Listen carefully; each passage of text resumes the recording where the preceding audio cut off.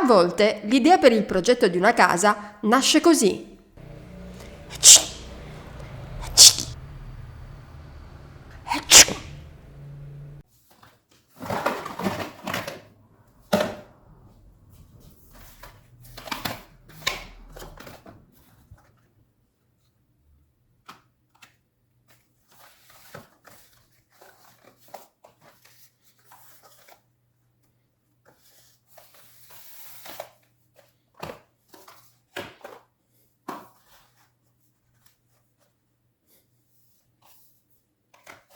Ora, mi rendo conto che è un po' difficile da immaginare, ma quella che vedete per me non è una piccola catasta di medicine, ma una casa. Precisamente è una villa circondata da un parco. E in questo video la progetteremo insieme. Forse voi non ci avete mai riflettuto prima, ma noi in effetti viviamo in delle scatole. Un po' grandi, certo, ma le nostre case sono comunque scatole. Volumi che realizziamo ad una certa misura per viverci dentro. Dunque, non dovrebbe poi farvi tanto meraviglia il fatto che un architetto, nell'ideare il progetto di una casa, possa trovare ispirazione semplicemente guardando delle scatole di medicine, oppure delle scatole di scarpe, oppure delle scatole di... Certo, abbiamo capito, Ok, forse la mente di un architetto è un po' strana, ma in questo video cercheremo di capire come nasce e come si sviluppa l'idea per il progetto di una casa meravigliosa. Beh, ci proviamo.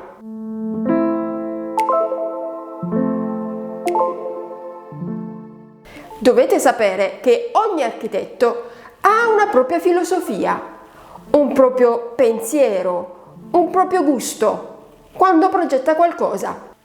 Ad esempio, uno dei più grandi architetti della storia, Le Corbusier, nel 1927 scrisse che per realizzare architetture efficaci occorreva inventare strutture plasmate su geometrie semplici e perfette, come il cubo, il cono, la sfera, il cilindro.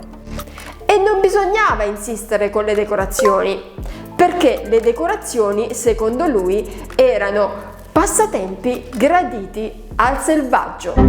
Beh, Le Corbusier ci andava un po' pesantuccio con la critica. Ma perché diceva questo, Le Corbusier? Perché nel 1927 si realizzavano ancora case come questa.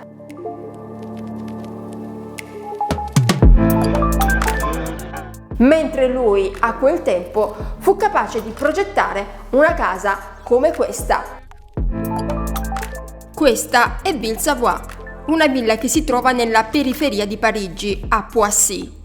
La villa era proprietà di questi due signori, Pierre ed Eugénie Savoye. Il signor Savoye era un pezzo grosso delle assicurazioni e chiese a Le Corbusier di progettare per lui una casa dove passare il fine settimana.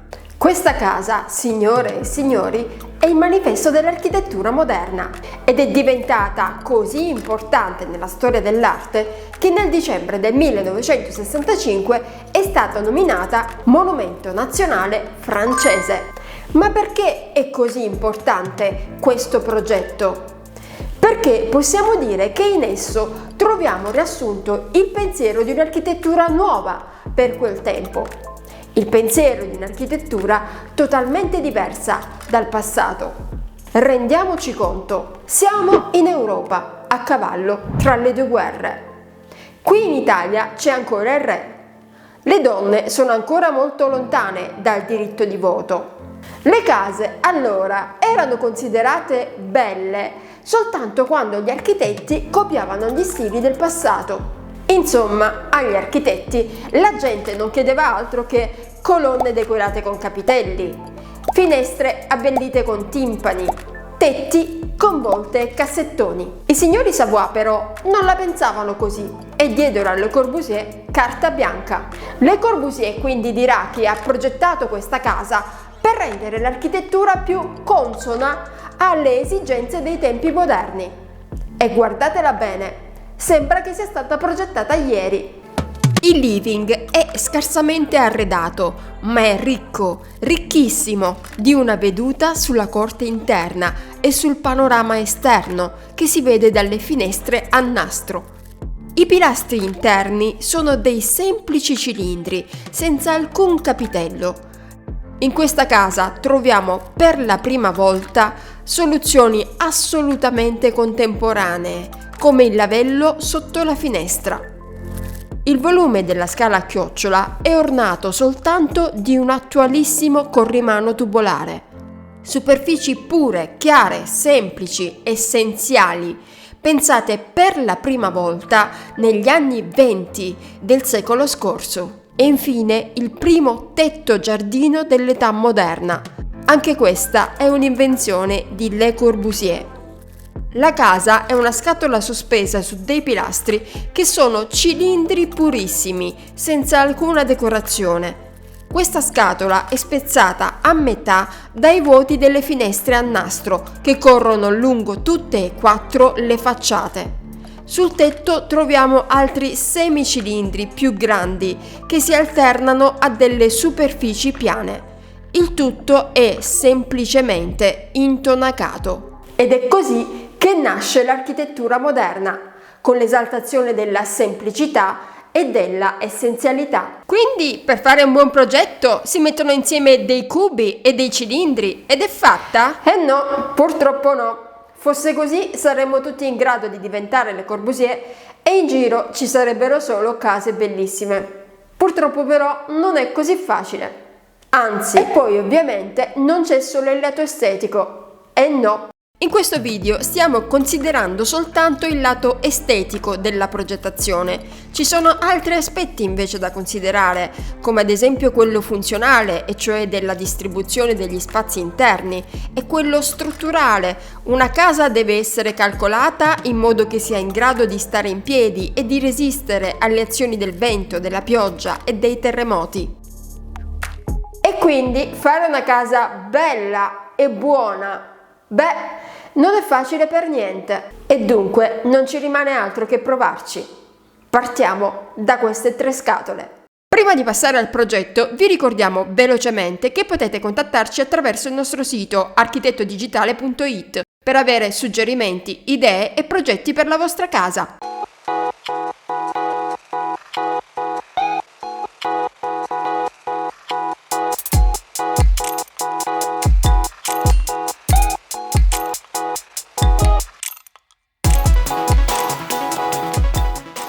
Quindi abbiamo 3 scatole.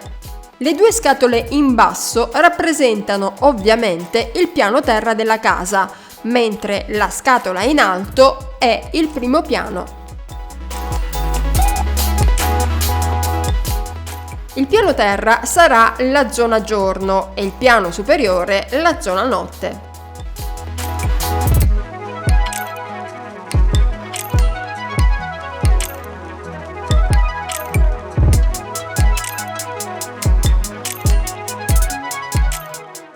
Come vedete, la scatola in alto sporge rispetto alle 2 scatole in basso.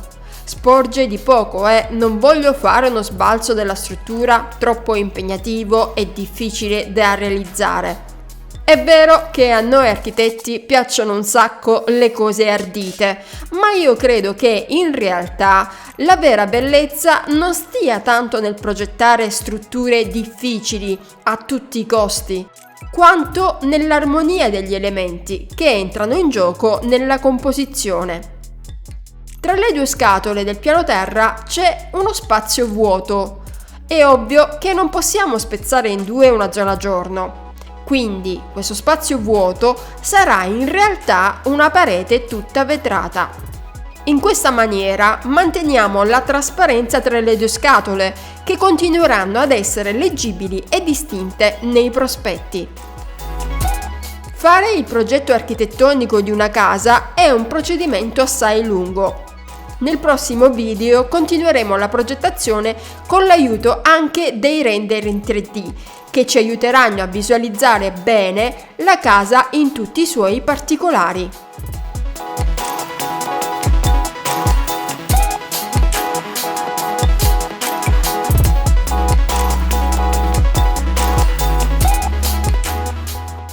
Bene, nei prossimi video approfondiremo meglio questo progetto.